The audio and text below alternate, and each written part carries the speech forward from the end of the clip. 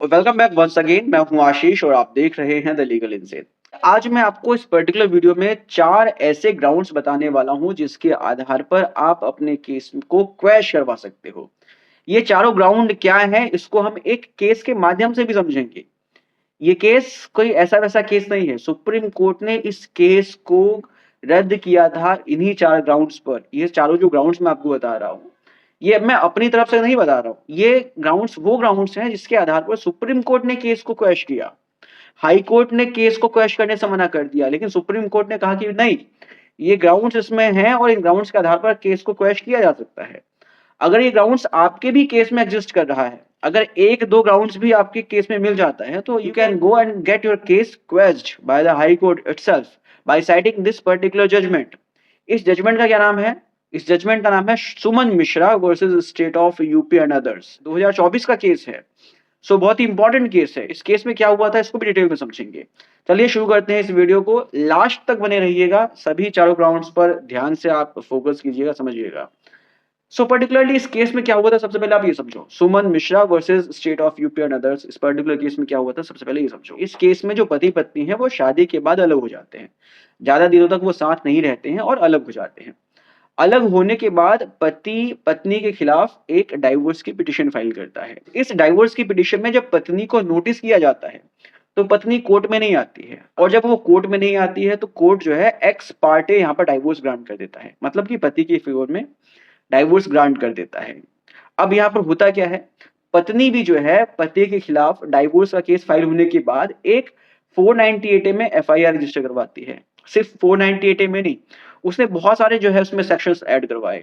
498 ए का section add करवाया, section 376 add करवाया, सेक्शन 354 ऐड करवाया, सेक्शन 506 ऐड करवाया, सेक्शन 504 ऐड करवाया। ये सभी आईपीसी के सेक्शंस हैं, बहुत ही ग्रीवियस सेक्शन होता है।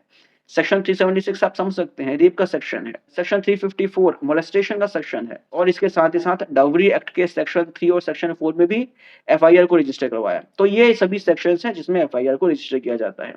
जब ये एफआईआर रजिस्टर हो जाता है तो इस एफआईआर में इन्वेस्टिगेशन होती है और पुलिस अपना इन्वेस्टिगेशन के बाद चार्जशीट फाइल करती है। लेकिन चार्जशीट में पुलिस सेक्शन 376, सेक्शन 354, सेक्शन 328 इन सभी को हटा देती है।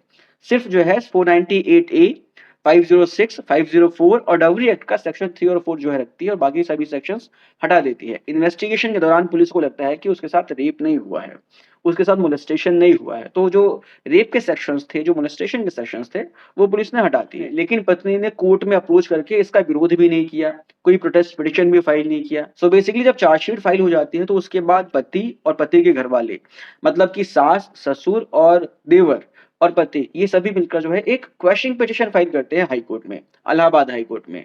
और वो कहते हैं कि जो ये एफआईआर है, ये एफआईआर झूठी रजिस्टर की गई है।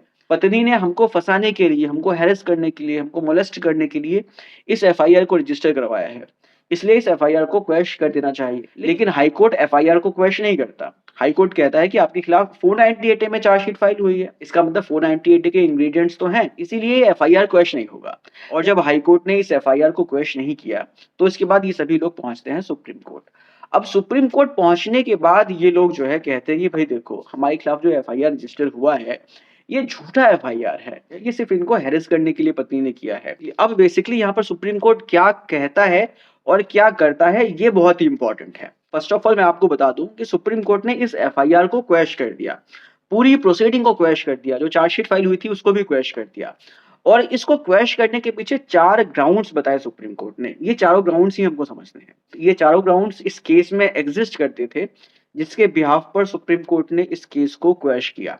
अगर आपके केस में भी ये चारों ग्राउंड्स एग्जिस्ट करते हैं, अगर ये चारों ग्राउंड्स हैं, चारों नहीं है, अगर कोई भी 2 या 3 ग्राउंड्स भी अगर हैं, तो आप जो है इन ग्राउंड्स के आधार पर हाई कोर्ट अप्रोच कर सकते हो और इस केस को साइट करके अपने खिलाफ फाइल हुए 498 ए के केस को क्वैश करवा सकते हैं। तो अब ये कौन से 4 ग्राउंड्स हैं, इनको समझते हैं। वन बाय वन स्टार्ट करते हैं। सबसे पहला ग्राउंड जो सुप्रीम कोर्ट ने बताया वो ये कि सुप्रीम कोर्ट ने कहा कि पत्नी की कंप्लेंट को पढ़कर या एफआईआर को पढ़कर ये प्राइमा फेसाई क्लियर हो रहा है कि जो भी कंटेंट एफआईआर में लिखा हुआ है उनसे प्राइमा फेसाई क्लियर ही नहीं हो रहा कि अपराध हुआ है। सेक्शन 376 हो या सेक्शन 354 हो या सेक्शन 498 ए हो या डाउरी एक्ट का सेक्शन 3 या सेक्शन 4 हो, इन सभी सेक्शंस में कोई अपराध बन ही नहीं रहा है। प्राइमा फेसाई ये क्लियर हो रहा है, कंप्लेंट को पढ़कर प्राइमा फेसाई ये क्लियर हो रहा है कि कोई ऑफेंस बन ही नहीं रहा है। यहाँ पर आप कंफ्यूज हो सकते हैं कि प्राइमा फेसाई ऑफेंस नहीं बनने का क्या मतलब है। देखो बेसिकली क्या होता है कि जब एफआईआर रजिस्टर होती है, जब कंप्लेंट पत्नी देती है, तो कंप्लेंट जो है वेग होता है, फेक कंप्लेंट होती है। अगर वेग कंप्लेंट है, फेक कंप्लेंट है, तो कोई भी चीज जो है प्रॉपर तरीके से कंप्लेंट में नहीं लिखी होगी। पत्नी ने मन घड़ंत कहानियां लिखी होंगी। अगर मन घड़ंत कहानियां हैं तो वो कोर्ट को समझ में आती हैं, पुलिस वालों को भी समझ में आती हैं। तो उन कहानियों के आधार पर आप जो है कंप्लेंट रजिस्टर नहीं करवा सकते। कहानियों में कुछ मटेरियल फैक्ट होना चाहिए, कुछ ऐसा इंग्रेडिएंट होना चाहिए जो उस सेक्शन को अट्रैक्ट करे। अगर सेक्शन को अट्रैक्ट करने वाला कोई भी इंग्रेडिएंट आपकी कंप्लेंट में नहीं है, एफआईआर में अगर वो चीजें नहीं लिखी हुई हैं, तो साफ साफ पढ़कर लगेगा, कोई भी लेमैन आदमी बता सकता है कि भाई जो भी चीजें इसमें लिखी हुई हैं वो गलत लिखी हुई हैं। अगर उस कंप्लेंट में किसी पर्टिकुलर सेक्शन के रिगार्डिंग कोई इंग्रेडिएंट नहीं है, तो वो जो सेक्शन है वो अट्रैक्ट नहीं होगा। सो बेसिकली इसी को लेकर सुप्रीम कोर्ट ने कहा कि अगर कंप्लेंट में या एफआईआर में प्राइमा फेसाई ये चीज क्लियर नहीं हो रहा है कि कोई अपराध हुआ है, तो आप जो है उस एफआईआर को रजिस्टर नहीं कर सकते हैं, या कोई प्रोसीडिंग जो है उस व्यक्ति के खिलाफ नहीं चल सकती है, क्रिमिनल प्रोसीडिंग नहीं चल सकती है। सो सुप्रीम कोर्ट ने बेसिकली इस ग्राउंड पर एफआईआर को क्वेश किया। अब दूसरा ग्राउंड क्या बताया सुप्रीम कोर्ट ने, बहुत ही इंपॉर्टेंट है। सुप्रीम कोर्ट ने कहा कि भाई देखो, सबसे पहले हस्बैंड ने डाइवोर्स पिटिशन फाइल किया, और डाइवोर्स पिटिशन फाइल करने के 2 महीने के बाद एफआईआर को रजिस्टर किया गया। इसका मतलब क्या हुआ, इसका मतलब ये है कि पत्नी ने ये जो एफआईआर फाइल किया है, एफआईआर जो लॉन्च किया है, ये एक आफ्टर थॉट है। जानबूझकर समझबूझकर चीजों को किया गया है, पति को हैरेस करने के लिए इस कंप्लेंट को रजिस्टर करवाया गया है। पति ने पत्नी को डाइवोर्स दिया है, इसीलिए जो है इस एफआईआर को रजिस्टर किया गया है। सो बेसिकली यही चीज आपको यहाँ पर समझना है। अगर पत्नी छोड़कर चली जाती है, आपके बीच ऐसी सिचुएशंस क्रिएट हो गई हैं कि अब आपको लग रहा है कि साथ रह पाना बिल्कुल भी पॉसिबल नहीं है, तो आपको वेट नहीं करना है, आपको तुरंत जो है डाइवोर्स की पिटिशन फाइल करनी है। ये दूसरा ग्राउंड है। अगर आप डाइवोर्स की पिटिशन पहले फाइल कर देते हैं, तो फिर आपके पास ये ग्राउंड बन जाएगा कि पत्नी ने उसके बाद अगर कोई केस किया है तो वो आफ्टर थॉट है, डाइवोर्स का बदला लेने के लिए आपके खिलाफ केस फाइल किया गया है। सो बेसिकली ये आपके पास दूसरा ग्राउंड है जो आपको समझना है। ये मैं अपने हर एक क्लाइंट्स को समझाता हूँ कि पति और पत्नी के बीच में जो भी रिलेशन है वो एक इमोशनल रिलेशन होता है। जब ये इमोशंस ब्रेक हो जाते हैं, तो आपको तुरंत जो है माइंड को मेकअप करना है कि साथ में रहना है या नहीं रहना है।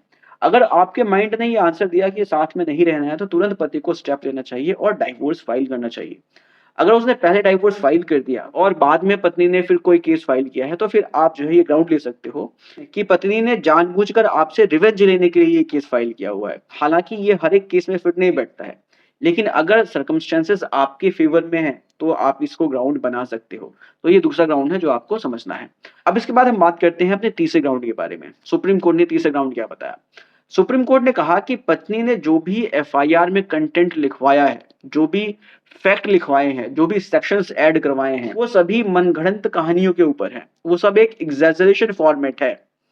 पत्नी ने सिर्फ पति को, पति के घर वालों को, अपने देवर को फंसाने के लिए उसके ऊपर सेक्शन 376 भी लगा दिया। अगर एफआईआर में सेक्शन 376 लगाया हुआ है, तो पुलिस को इन्वेस्टिगेशन के दौरान कुछ एविडेंस भी तो मिलना चाहिए था। पुलिस को कोई भी एविडेंस नहीं मिला उसके रिगार्डिंग, ना ही सेक्शन 376 में कोई एविडेंस मिला, ना ही सेक्शन 328 में कोई एविडेंस मिला, ना ही सेक्शन 354 में कोई एविडेंस मिला। तो यहाँ पर इसका मतलब ये हुआ कि पत्नी ने जो भी ये कंप्लेंट लिखाई है, ये झूठी कंप्लेंट है। इससे यहाँ पर पत्नी की क्रेडिबिलिटी पर सवाल उठता है, एफआईआर की क्रेडिबिलिटी पर सवाल उठता है। इसका मतलब ये हुआ कि अगर आपके केस में ऐसे सर्कमस्टेंसेस हैं जो पत्नी की क्रेडिबिलिटी पर क्वेश्चन उठा रहा है, एफआईआर की क्रेडिबिलिटी पर क्वेश्चन उठा रहा है, तो भी आप जो है इसका फायदा उठा सकते हैं और इसको ग्राउंड बनाकर आप एफआईआर को क्वेश करवा सकते हो। ये तीसरा ग्राउंड था। अब इसके बाद हम बात करते हैं अपने चौथे ग्राउंड के बारे में। चौथे ग्राउंड में सुप्रीम कोर्ट ने कहा कि जो भी कंप्लेंट रजिस्टर की गई थी, जो भी एफआईआर रजिस्टर किया गया था, उसमें कुछ भी चीजें स्पेसिफिक नहीं है, ना ही डेट है, ना ही टाइम है, ना ही पर्टिकुलर प्लेस है, ना ही पर्टिकुलर एलिगेशन लगा हुआ है। पत्नी ने सिर्फ एक ऑमनिबस कंप्लेंट फाइल की है और इन कंप्लेंट्स के आधार पर 498 का केस नहीं बनता। अगर आपको 498 का केस रजिस्टर करवाना है तो आपको स्पेसिफिकली बताना पड़ेगा कि किस व्यक्ति ने आपके साथ क्रुएलिटी की है, किस व्यक्ति ने आपको डाउरी के लिए हैरेस किया है, वो पर्टिकुलर डेट, वो पर्टिकुलर टाइम, वो पर्टिकुलर प्लेस, किस तरह से आपको हैरेस किया गया है, सब कुछ स्पेसिफिक होना चाहिए। अगर कंप्लेंट में स्पेसिफिसिटी नहीं है तो उस कंप्लेंट के आधार पर आप एफआईआर को रजिस्टर नहीं कर सकते हैं। और यहाँ पर इस केस में भी सुप्रीम कोर्ट को कुछ स्पेसिफिक नहीं दिखाई दिया। सुप्रीम कोर्ट ने कहा कि अगर कंप्लेंट में कुछ भी स्पेसिफिक नहीं है तो एफआईआर को रजिस्टर नहीं कर सकते हैं, और सुप्रीम कोर्ट ने इस केस को क्वैश कर दिया। सो बेसिकली इन सभी चारों ग्राउंड्स को आधार बनाते हुए सुप्रीम कोर्ट ने उस पूरे केस को क्वैश कर दिया, एफआईआर को क्वैश कर दिया, जो चार्जशीट फाइल हुई थी उसको क्वैश कर दिया। अब यहाँ पर आपको भी बेसिकली समझ में आ गया होगा कि अगर आपके केस में भी ये ग्राउंड्स एग्जिस्ट करते हैं तो आप बिना संदेह हाई कोर्ट अप्रोच कर सकते हैं और इन ग्राउंड्स पर इस केस को साइड करते हुए अपने केस को क्वैश करवा सकते हैं। उम्मीद करता हूँ कि वीडियो इन्फॉर्मेटिव लगी होगी। अगर इन्फॉर्मेटिव लगी है तो उसको शेयर कीजिए। मिलते हैं नेक्स्ट वीडियो में। Take care, bye bye.